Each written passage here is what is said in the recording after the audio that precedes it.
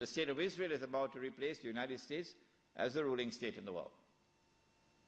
When Israel takes over from the United States with that big war which is about to take place, and the American economy collapses and the US dollar collapses and all the paper money in the world collapses, and this is going to be my lecture next Wednesday, inshallah, on Islam and the international monetary system, please come to it, then we see that transfer of power.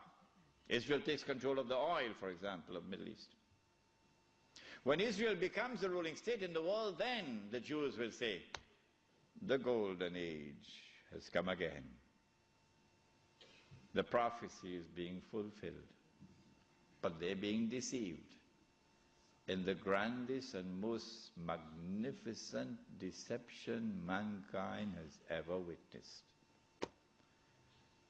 No, this is not the golden age. You've been deceived by Al-Masih ad-Dajjal.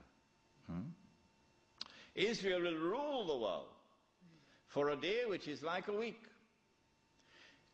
If you disagree with me, you say, we never heard this before. Our sheikhs who taught us Islam, they never talked about this, so you must be wrong. My response is wait and see. That's all. I don't have to say anything more than that. How long will a day which is like a week last? How long? How long will Israel rule the world? And what will be our predicament during that time? This is what I spoke about last night. You cannot establish Islam at the macro level, so go ahead and establish at the micro level. The jihad is already in force to liberate the Holy Land. No one can stop that jihad. No one can stop it. The jihad is already in force to liberate the territory from where the army will come, from Khorasan. No one can stop that jihad. When you see that army coming from Khorasan, the Prophet said, go and join that army, even if you have to crawl over ice. Because no one will be able to stop that army until it reaches Jerusalem. When a day which is like a week has come to an end, and we will know that because the water in the Sea of Galilee would have dried up. That is the time when these events are now going to take place. The advent of Imam al-Mahdi, Dajjal appearing in a day which is like our day, so we'll see him as a Jew, etc., and the Son of Mary coming down. There are some of you who have become a bit uncomfortable with my statement that I said it would be perhaps within the next 50 years. And I went on to say, I can be wrong. If this statement is uncomfortable to you, I can make another statement which means exactly the same thing.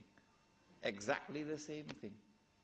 I can say that I expect the Sea of Galilee to dry up in about 50 years. I hope you'd have no objections to that. Huh? But it's the same thing.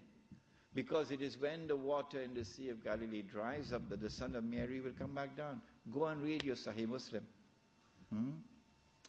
It is at that time, and go and notice the water level in the Sea of Galilee now. It is lower than it has ever been before in history, and Lebanon is about to take water out of the river. What's the name of the river? Litany? Huh? Whatever is the name of the river. Lebanon is about to take water out of that river, and Israel is saying, if you do that, we're going to wage war against you. Why? Because that water runs into the Sea of Galilee. Yes. And so the hadith of the Prophet Muhammad ﷺ is now moving to center stage. If I say 50 years, and if I say I can be wrong, at least I'm giving you a wake-up call. A wake-up call that you're living in the age of the countdown. So don't be fighting each other over chicken feed. That's what you're doing.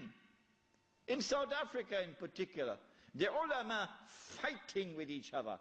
Sectarian conflicts over chicken feed. While this hugely important subject is so far away from them, It is unbelievable.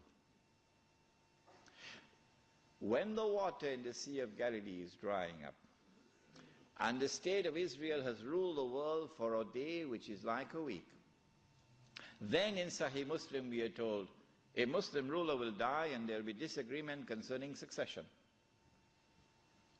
And then a man is going to come out of Mecca. His name will be my name and his father's name will be my father's name, said the Prophet ﷺ. He'll have a broad forehead and a large nose.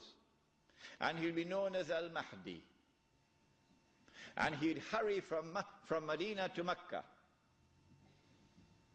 As he approaches Mecca, people are going to come out to him, so this has to be a well-known person. Not some obscure non-entity, a well-known person. When the people of Mecca come out to him, they'll force him to accept the bay'ah, the oath of allegiance which legitimizes the leadership of the Amir al-Mu'mineen, bay'ah.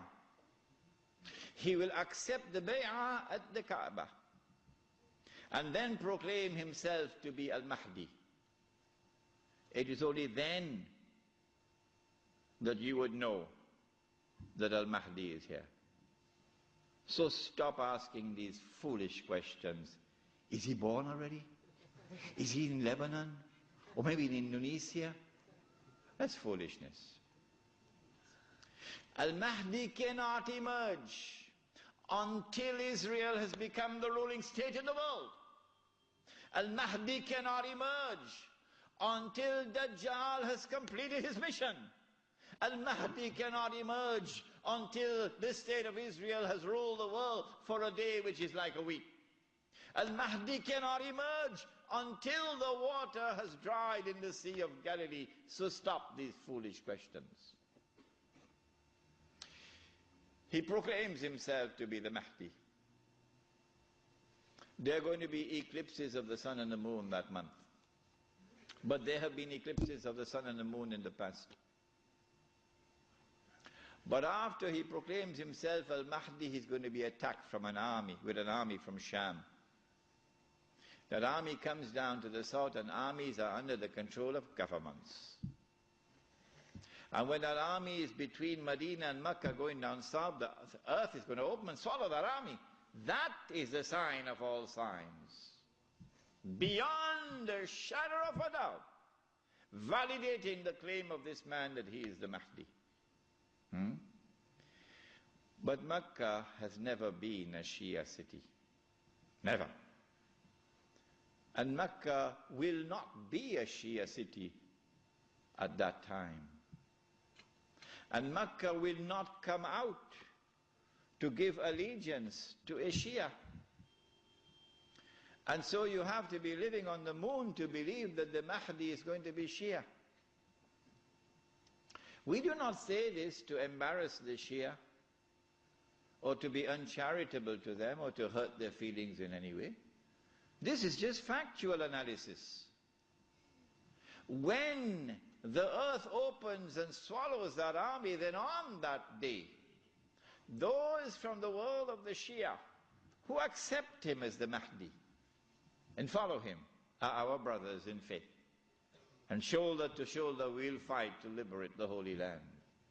But those from the Shia, and we anticipate that there will be those, who will now reject him as the Mahdi because he is not Shia. You're not our brothers in faith. And you will not fight with us shoulder to liberate the Holy Land. When the army is swallowed, then the Mahdi is going to be attacked by another army, and this is now an army of the Quraysh, an army of the Kalb. And remember that armies are under the control of governments. The Mahdi will defeat this army, and when an army is defeated, that is the end of Saudi Arabia. Goodbye to bad rubbish. Goodbye to bad rubbish. Let it be recorded in my book tonight. Let it be recorded in your book tonight. Goodbye to bad rubbish. The most monstrous betrayal of Islam ever committed in history committed by those who control that state. Now Darul Islam is restored. Yeah, this is Islam, not that. And let it be clear that there are so many Salafi Muslims in Saudi Arabia, in prison, because they too are struggling for the same thing that I am struggling, to liberate that land. Let it be clear that there's a man like Sheikh Safar al-Hawali, who is at the forefront, intellectually, spiritually, and theoretically, at the forefront. I benefited from his thought. And so, do not remain with this sectarian conflict and describe that masjid, Salafi masjid, this one Sunni masjid, this one Indonesian masjid, that one Malay masjid. I thought the masjid was the house of Allah. Has it changed?